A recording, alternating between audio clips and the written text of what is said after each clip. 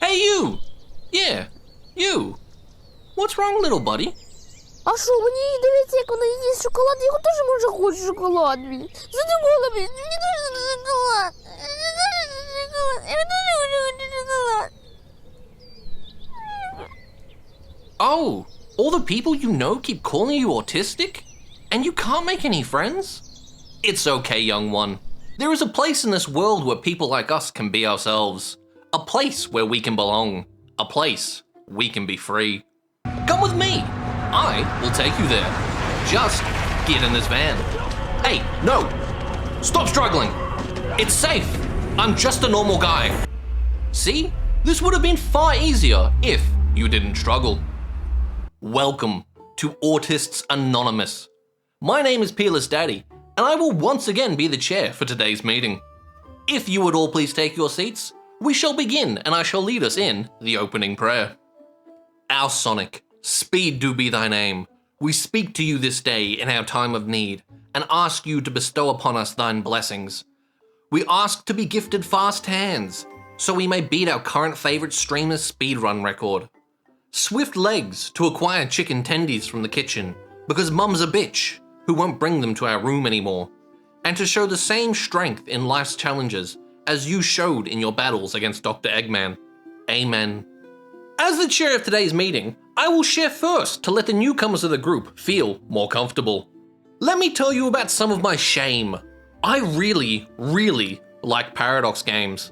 I have 4,228 hours played in Crusader Kings 2, 1,150 hours in Crusader Kings 3, 1,291 hours in Europa Universalis 4, and 2,568 hours in Stellaris. And I have never played a single game of multiplayer in any of these games. That's not even the most shameful thing, I have to admit. Even though I have 1,138 hours in Amazing Cultivation Simulator, I have never even seen the first boss, because I keep starting the game over to redo it even more efficiently. Worst of all, I recently found a game that's affecting me in the same way. Let me tell you about our Adventurer Guild, a game that tickles a part of the brain I like to call the Efficiency Center. It's the part that makes you play a game for 40 hours over the span of 3 days, only to restart because you realize you can do things much better a second time around. Then once again you stop at 60 hours on your next playthrough, because in that extra 20 hours you've learnt enough new things to make your monkey brain tell you it's a good idea to do it again, and be even more efficient with this third go, all without finishing the game even once. Though I have never spoken to somebody else about this, it can't just be a me thing, right? Look at these saves. You might be thinking, oh, those are just different save files of my single playthrough. Wrong! Iron Man saves over top of itself, so each of these saves is an individual game. That's right, my children. It took me 4 attempts, 200 hours, and the mental will to stop myself from starting again for a 5th time to beat this game. Let me tell you all about it. First, we pick very hard, then tick the box that says Iron Man, just for the bragging rights. But don't be frightened by the word Iron Man. Scum saving is super easy to do in this game, and if you never tell anyone you did it, no one's gonna know. Dear friend, it has been a long time, hasn't it? I always thought about writing to you, but I've never found the courage to do so. How ironic that my very first letter to you would also be my last. Because by the time you receive this letter, I will already be dead. Friend, I have a favor I want to ask of you. It concerns the Adventurers Guild.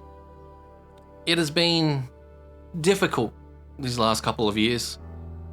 It shames me to admit that we have been struggling, and I'm afraid of what will become of the guild now that I'm gone. I fear that without the right leadership, it will cease to exist. That's why I want you to become the new guildmaster. I know it might be selfish of me to ask this of you, but I ask you as your friend, as someone who considered you family. Please don't let our dream die. Former guildmaster of the Adventurer Guild, and your old friend, Fran. Then Straight into the tutorial we go. You might be thinking to yourself, oh, nice, now I can play the game. You, however, would be terribly fucking mistaken. This is one of the most important efficiency steps in the entire playthrough. We read the dialogue once, have a small giggle because there is no gender option, so lore-wise, your character is so androgynous looking, no one can tell if you're male or female. Then give yourself a strongly gendered name to reduce confusion. If I introduce myself as Daddy and you still ask me my gender, I'm sorry, but that's a you problem. Now, you're going to want to have either the name of your character or the name of your save file copied. Go with whichever takes longer to type. It's gonna be a time saver, believe it. Next, open Volume Mixer and mute our Adventurers Guild. Once that's done, head over to 123 Movies and throw it on your second screen. Then we load up a copy of the 1992 cult classic, Gay Niggers. From Outer Space. Sir! I know you're afraid, Armanos. But my son, this is just a step on the long road to becoming a real gay nigger. It started when your father first gave birth to you, and who knows, maybe after this mission, you'll get the sign of the brown ring and can truly call yourself a gay nigger. That's what you've been preparing for since you went to gay agent school. You really think so, sir? Then I'm prepared. And, sir, thanks for your nice words. You are such a kind captain. It's truly Denmark's magnum opus. Now we are ready to begin. Right-click the character portrait and jump between your 3 starting adventurers. The only thing we can be satisfied with is having one adventurer having the trait Mana Core and 2 positive traits that work together. Oh, what? You didn't get those traits? Well, quit and go again. And keep going until you get it. You deserve the best, and never let anyone tell you otherwise. Now, I hope you've built up a lot of good karma over the years, because how long this takes is 100% in the hands of RNGesus. And he is a merciless god that doesn't believe in the value of what we mere mortals call free time. Now, the class you get the Mana Core trait on means nothing. If you get it on a mage, with 2 traits that plus strength and minus intellect, that's fine. We can change any class at any time. The novice classes are Warrior, Defender, Priest, Archer, Rogue, and Mage. I am going to give you the benefit of the doubt and not insult your intelligence by explaining those. Okay, let's talk numbers. And not just any numbers. These are the kind of numbers that go up and make the brain do the happy dopamine dance. Stats are basic. You got strength, dexterity, constitution, endurance, also intelligence, wisdom, and charisma. Willpower. Fuck, it's like a tick. Willpower is the only one that needs an explanation, in my opinion, because it affects your character's bravery stat. Basically, the higher your bravery stat, the less chance you have of dying. Any hit that would kill you has a chance instead to bring you to, 1/5 of your HP. Higher bravery, higher chance. The rest do the same thing they do in every other game. Intelligence increases magic damage, wisdom increases your MP pool, and so on, so forth. Every time you level a character up, these 6 stats have a percent-based chance to number go up. Good number. Higher number better. Higher number make happy. Based on their attribute growth stat. Attribute growth is mainly governed by 2 things: character traits and an adventurer's class. A, good. D, bad. Unless you're colorblind and have yet to learn your ABCs, it's very self-explanatory. This system is incredibly important if you want to get that sweet, sweet chemical release from the efficiency receptors. Let me explain. You start the game with 6 options for veteran classes: Knight, Guardian, Bishop, Don't fuck with me! I have the power of God and anime on my side! Wait, Ranger, Assassin, and High Mage. They are legit, just upgraded versions of the base classes. Later through quests, you unlock Bard, Paladin, Monk, and Arcane Knight. Now, a new player might think to themselves when recruiting an adventurer that this girl's stats and traits would make her an excellent warrior. That person, however, is a brainless troglodyte, incapable of thinking ahead. That's right, there they are.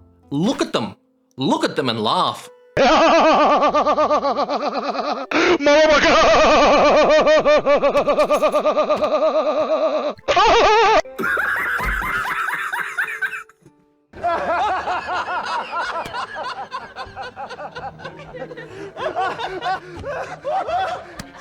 Gosh, great. When peerless intellectuals like myself recruit an adventurer, we think about what veteran class we are going for and how quick we can reach it.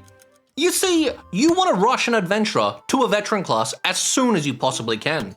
Veteran classes have a higher attribute growth stat, which means bigger numbers more often, and that's why we play this game. Nice. For example, let's say you leveled your warrior up to level 12 before getting the 10 strength and 10 intelligence to turn them into an arcane knight.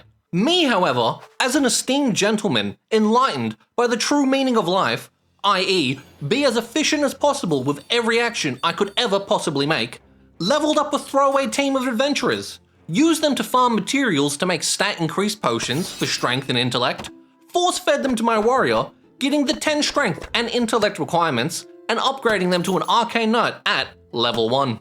Now that both our adventurers are level 24, I have close to double your stats because you didn't play efficiently.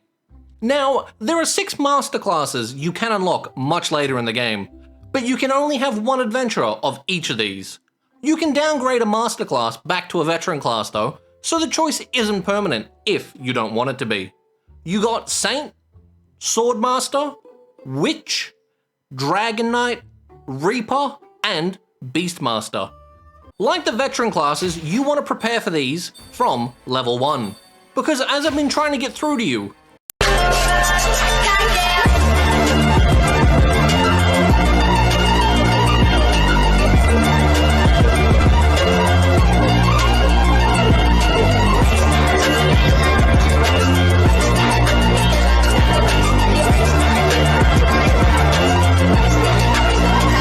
big number, better number.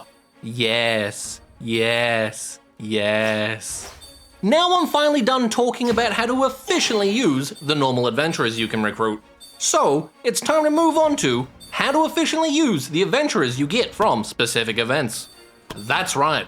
If you don't make the right choices, you can brick or never even get these powerful adventurers. So let me save you the trouble from restarting, because your unmedicated simian brain forces you to always play on the hardest difficulty available from the start, and now you fucked your very hard Iron Man playthrough. Elan is first. You get a quest early on to find a young missing adventurer. You want to do this as soon as you get it. Once you get in there, you might think, oh hey, I should follow this path of clues and events the game has laid out for me to find him. But that's how it gets you. Thinking that is the trap. If you follow the path the game has laid out for you, he will already be dead because you took too long. So you just want to bum rush straight up, then to the right. Kill the griffin and he's all yours. Alisa is up next. She starts with a debuff red trait, which, if you don't do the right thing at the right time, never goes away. You will get a main story quest to kill the Bandit King. You must take her on this mission, or else you fucked up. Daryl is easy. Just pass the role check in the event you meet him in, then a few days later, you can recruit him. Nothing special. Celine is even easier. She just asks to join you after a main story quest. Misasa, however, is stupidly complicated, if it's your first playthrough. Like, how the fuck was I supposed to know that for the special quest to remove her negative trait, you need everyone in the party to be friends with her, with at least one person being best friends? That's right. There are also relationship and mood mechanics in this game. Many things can sour your adventurer's mood. For example, did the tavern run out of ale? That sure sucks. Did you confess your love to someone and get rejected? Oof, that's a bummer. Is Mercury in retrograde because Mars is unaligned with Titan and now all Geminis are having bad vibes? That's just how it be. Positive mood events also exist. The lads went on a booze run and we're getting plastered for the next few days? That's pretty awesome. A group of hot dancing girls rocked up and are going to perform for a few days? Nice. Did your adventurer with the masochist trait trick someone into a sparring match, only to let their opponent beat the shit out of them as a way to get off? That sure does happen sometimes. What about the person you fell in love with, accepting your confession, and now you're in a loving relationship? Fantasy worlds really are the best. Moon needs to be watched carefully, because at the end of the day, the adventurers around you are not your friends. They are your employees. And just like the real world, you want to squeeze them dry for everything they can give, while handing back as little as possible. Relationships are mainly handled through events. The easiest way to boost it is to have the adventurers in question in the same party. Adventurers in a party get along well with each other, but less so with outsiders. Very realistic, if you think about it. The story of this game is very good. It didn't have me crying my eyes out and in a state of week-long melancholy like Sanabi did, but I did tear up a little during one story. And if your game can make someone like me, who grew up and was desensitized in the internet's golden age of shock videos, feel even a single ounce of emotion, it's an absolute gem. I will be honest though, the art style does remind me of something I would have seen in a Newgrounds hentai flash game that I played when I was definitely over 18. 100% true facts, no more questions about that please. Not that that's a bad thing, if anything, it makes me like it even more. If you are a filthy degenerate, just like your peerless daddy, you can even expand on this aspect of the game with your very own custom portraits, party emblems, and party backgrounds, which is a lot of fun. I do, however, feel a moral responsibility to talk about the creator of this game, Green Guy, and his alleged, by me, ties to the CIA and the MKUltra program. You see, there is a certain sound in this game which causes me to dissociate, and makes the voices in my head tell me to go do a crime. Listen to the sound that plays when text pops up on the screen.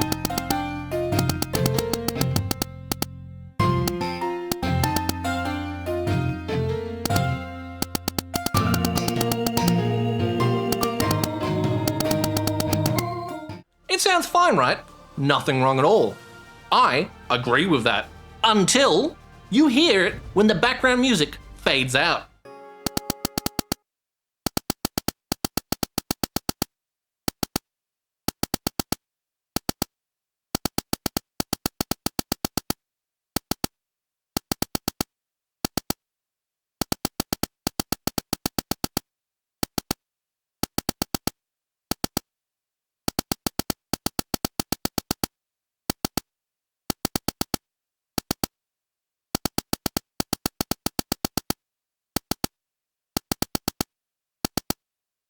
This isn't just me, right? Because this sound honestly fucks with my brain really bad. Like I just kind of start zoning out and all my thoughts just stop. I am nearly 100% convinced that Green Guy stole these sound files from the CIA and used this game as a test to see if they really worked. I'm watching you closely, Green Guy. You can't escape my ability to see patterns where nothing exists. It's so good, my doctor even gave me a title. She calls me a prolonged untreated schizophrenia. But those are big words, and I don't know what they mean.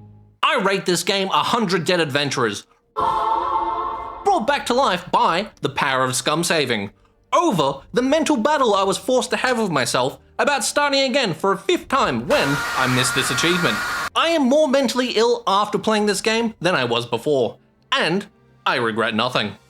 If you want to pick up a copy of this game, it's $21.95 AUD on Steam, or $15 USD in a real country's money. This is another one of those games cheap CD key websites hate and list for a higher asking price than Steam. Oof. 4.5 months since the last video. That's quite a while. I'm gonna be honest, I got a little distracted. I bought a game on July 1st. And as of the time of recording this end bit, on the 29th of October, I've played 1,726 hours. Yep, that's right. In 120 days, I have played 1,726 hours of this game. That works out to me playing it for roughly 14 1.3833333333333333 hours a day since I got it. I call it getting distracted, but my psychiatrist calls it hyperfixation. But who's to say who's right and who's wrong? I will make a video on it, but that spaghetti sauce still needs longer to cook. Here's the thing though. Normally I have a game I've been playing to start making a new video on, but this time I don't. So leave a comment on a game you would like to see me, as this comment so nicely puts it, schizophrenically rant about.